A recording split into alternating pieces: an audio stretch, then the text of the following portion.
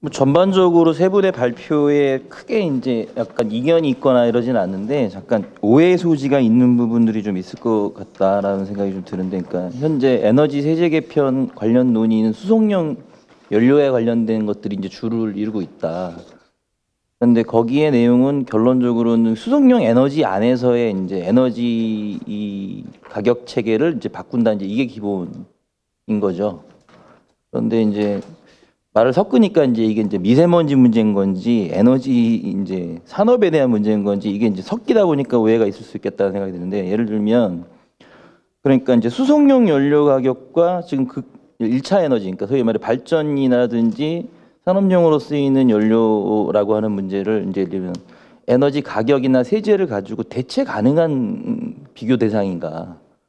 그러니까 예를 들면 전기요금을, 그러니까 수송용 연료 가격을 낮추면 수송연료 가격의 수요가 전기로 이전되는 건 아니거든요. 그러니까 이게 비교 대상이 아니다, 이제 이런 문제가 좀 있고. 그러니까 결론적으로는, 그러니까 예를 들면 우리가 지금 에너지의 97%를 수입하는데, 그건 뭐 원전까지 포함해서죠. 주로 이제 석유류가 하고 있고요. 우리가 이제 전 세계적으로 오일 쇼크를 겪으면서 사실은 이제 수송용 연료라고 하는 거는 예를 들면 필수적으로 써야 되는 산업용이 아닌 이상은 사실은 우리가 이제 수요적으로 관리가 가능한 대상들, 그러니까 소위 말해서 소비 억제라고 하는 문제가 정책적으로 필요한 파트인 거죠. 그다음에 교통세가 먼저 원래 이제 93년도에 생겼던 이유는 당시에 이제 상대적으로 이제 그 교통 인프라라고 하는 문제들이 이제 부족했다라는 게 제가 볼 때 제일 컸다라고 봅니다. 그러니까 교통 혼잡 문제도 있었고, 그다음에 이제 교통 인프라 문제도 있었죠. 왜냐하면 70년대 이제 후반부터 우리나라가 자동차를 생산하기 시작하면서 소위 말해 자동차 소비가 늘어나는데, 그에 따른 소위 말해 교통 인프라는 상대적으로 부족하다 보니까 거기에 대한 안정된 세수를 확보할 수 있는 방안들이 사실 별로 없었어요. 그러다 보니 당연히 이제 연료 가격에다가 이제 세금을 물려서 하는 방식을 채택할 수밖에 없었다. 다만 그거는 목적세이기 때문에 한시적으로 하기 위해 했던 세제였죠. 그러니까 사실은 만약에 목적이 달성했다면 사실 일몰시켜야 되는 목적세인 겁니다. 그러니까 일반 회계로 만약 목적이 달성됐다면 일반 회계로 전환할 수 있는 것들이죠. 그런데 이게 중간의 과정에서 이제 교통세가 교통 에너지 환경세라고 하는 개념으로 바뀌면서 또 이제 세출에 대한 수요가 이제 단순히 SOC 투자뿐만 아니라 환경과 에너지, 또 뭐 당시 뭐 지방 분권 뭐 이런 것들로 이제 세수가 이제 세출이 이제 나눠지다 보니, 근데 오히려 지금으로 보면 지금 미세먼지 때문에 최근에 이슈가 되다 보니까 결론적으로 SOC에 대한 문제보다는 환경에 대한 수요는 훨씬 늘어났다. 이렇게 되면 또 거기에 대한 그럼 세출을 어떻게 조정할 거냐, 이런 문제도 남는 문제라서 이게 이제 쉽지는 않다. 그다음에 석강원 의원께서 말씀하시는 이제 유럽의 주행세라는 개념은 사실 이게 약간 잘못 표현하신 것 같습니다. 세금은 아닙니다. 그러니까 주행세라는 개념이 아니고 이제 이거는 아마 고속도로 토행료를 말씀하신 것 같거든요. 그러니까 요금일 거고요. 만약에 세금인 경우에는 최근에 유럽에서는 이제 CO2 배출량을 기준으로 해서 이제 자동차에 대한 세제를 채택한 나라들이 많다 보니까 당연히 이제 화물차들에 대해서는 CO2 배출량 기준으로 따지면 세금이 더 붙게 되겠죠. 그 차원이라고 한다면 이해가 되겠는데, 이제 주행세 개념은 아니다라고 하는 거고, 그렇다면 우리가 갖고 있는 이제 주행세 개념이 없는 건 아닙니다만, 이제 지방세법에 있는 주행세 개념은 이거는 이제 말 그대로 연료에 붙이면서 어떻게 보면 그 연료 소비를 줄이기 위한 것들인 거죠. 다만 좀 걱정되는 부분이 있습니다. 첫 번째로 우리가 이제 연료의 가격, 그러니까 에너지 전체적으로 지금 에너지 그 11페이지에 보시면 조영탁 교수님 잘 정리를 하셨는데, 지금 각 에너지원별로 부과되는 세금 과세의 기준들을 보시면 당연히 이제 수송용 연료가 많을 수밖에 없죠. 그러니까 수송용 연료에는 붙지만 다른 연료에 붙지 않는 세금들이 있기 때문에 그런 거. 수송용 연료에만 붙는 세금. 그러니까 당연히 세 2배 차원에서 놓고 보면 비중이 높을 수밖에 없는 겁니다. 그런데 그 얘기는 아까 제가 말씀드린 대로 예를 들면 산업용 연료거나 발전용 연료에 비해서 수송용 연료는 예를 들면 유가, 그러니까 국제 유가라든지 수급 상황에 따라서 사실은 수요 관리가 굉장히 급격하게 필요한 사항들이 좀 있는 거고, 그다음에 아까 초기에 어떤 전반적 니즈 때문에라도 그런 부분이 있었다라고 하는 좀 제반을 전제를 갖고 얘기를 좀 해야 될 것 같습니다. 말씀하신 대로 수송용 연료에 적지 않은 세금이 부과되는데 그럼 우리나라 석유류 소비가 계속 줄고 있나요? 최근에 이제 저유가 때문에 그런지 몰라도 2015년, 16년 비교해 보면 석유류 소비는 되레 늘었습니다. 그럼 자동차 등록 대수가 줄고 있습니까? 자동차 대수도 늘고 있습니다. 3.9% 늘었습니다. 그러니까 세금으로서 줄일 수 없는 부분도 있다라는 거죠. 그러니까 기존에 이제 니즈라고 하는 문제를 세금 수요로 줄일 수 있느냐라고 하는 문제에 여전히 한계가 있다라고 하는 거죠. 우리가 이제 예를 들면 자동차 수요를 줄이기 위해서 한 게 단순히 연료 가격이라든지 과세만 있는 건 아닙니다. 예를 들면 뭐 자동차 세도 있을 수 있고요. 그런데 예를 들면 자동차 세가 우리가 굉장히 오랜 동안 20년 넘게 30년 넘게 유지를 했지만 실제로 그러면 우리나라 자동차 소비 구조가 그러면 배기량결 세제로 돼 있는 소위 말해 중대형 차를 억제하려고 하는 이런 소비 세제를 유지하고 있음에도 불구하고 현재 82% 가까이가 중대형 승용차를 쓰고 있습니다. 그러니까 세금으로 다 안 된다는 얘기거든요. 네. 그러니까 그 논리에 대해서 그러니까 에너지 측면에 놓고 본다 그러면 사실은 굉장히 합리적 접근을 했다 소비자들이 또는 정책적으로 그런 것들을 굉장히 일관적으로 추진했음에도 불구하고 소비시장에서는 나타나고 있는 구조가 전혀 그렇지 않다.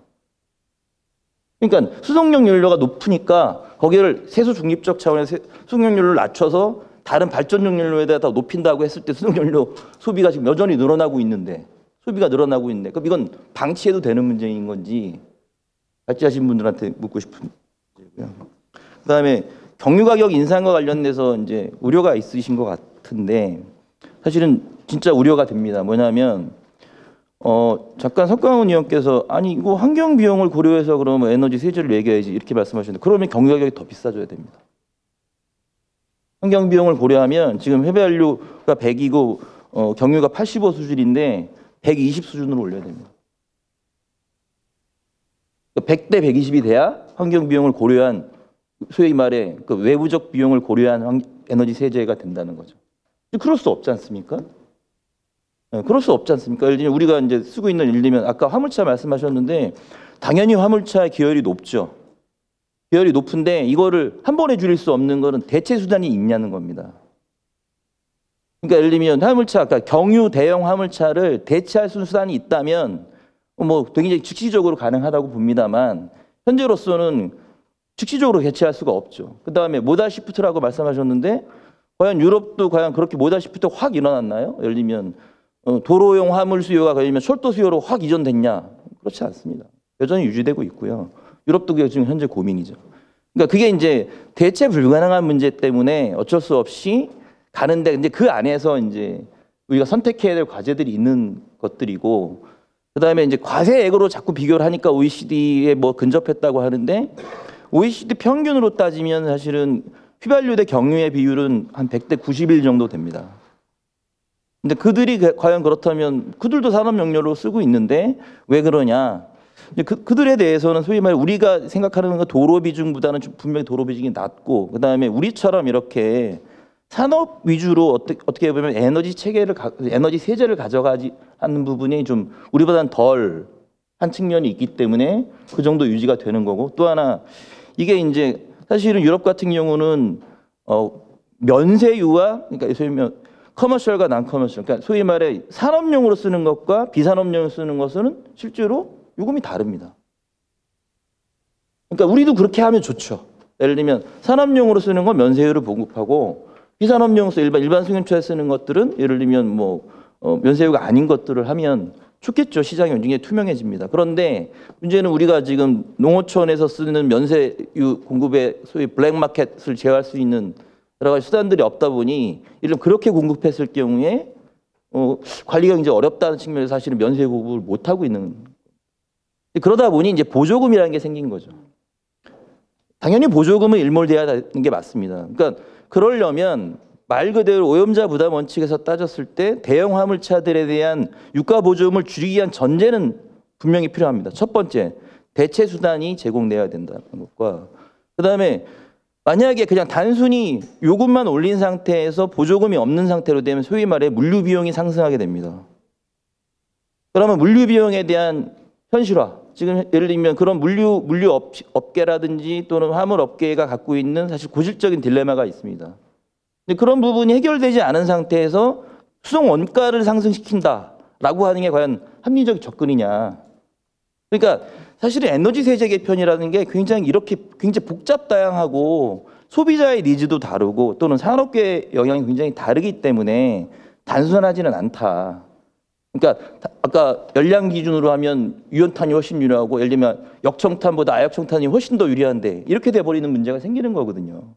그러니까 그런 문제들을 다 고려해야 된다라고 하는 거고, 다만 이제 수송용 연료에 대해서는 한 가지 최근 들어서 오히려 국민적 관심이 높아진 차원에서 말씀을 좀 드리면, 미세먼지 주 오염원이라고 하는 문제들이 그러니까 이전에 몰랐다가 안 문제도 생겼습니다. 예를 들면 발암물질이라고 하는 문제. 경유차 배출가스가 1급, 그러니까 1군 발암물질. 그러니까 분명히 암을 일으키는 다라고 하는 것이 과학적으로 증명된 물질이다라고 하면 당연히 그걸 줄여야 되는 게 정책적 방향이 되어야 된다고 생각합니다. 자, 그런데 문제는 우리가 2차 에너지 세계 개편을 실시했던 2003년도에 그렇게 100대 80으로 조정했던 이유는 경유차 소비가 늘어날 것을 우려해서 경유차 소비를 가능하면 억제하자. 또 당시에 수도권 특별 대책이라고 해서 미세먼지 대책을 실시하는데 반대해서는 오히려 경유 가격을 계속 저유가로 유지하는 것에 대해서 문제가 있으니 이것을 조정하자라고 얘기를 했던 겁니다. 근데 그때 당시에는 오히려 경유차가 이렇게 급증하진 않았습니다. 최근 들어서는 오히려 지금 판매 대수 비중으로 따지면 경유차가 훨씬 많이 늘어나고 있습니다. 이 상태를 그대로 놔둔 다음에 예를 들면 미세먼지를 줄이겠다라고 하는 것은 제가 볼 땐 도달 불가능한 목표라고 생각이 들고요. 또 마지막으로는 에너지 가격 체계 개편이라고 하는 문제를 떠나서 사실 제가 말씀드린 대로 그러면 우리가 계속해서 에너지를 그러면 소비하라고 과소비하라고 더 쓰라고 수송연료 더 쓰라고 했던 정책을 편 게 아닙니다.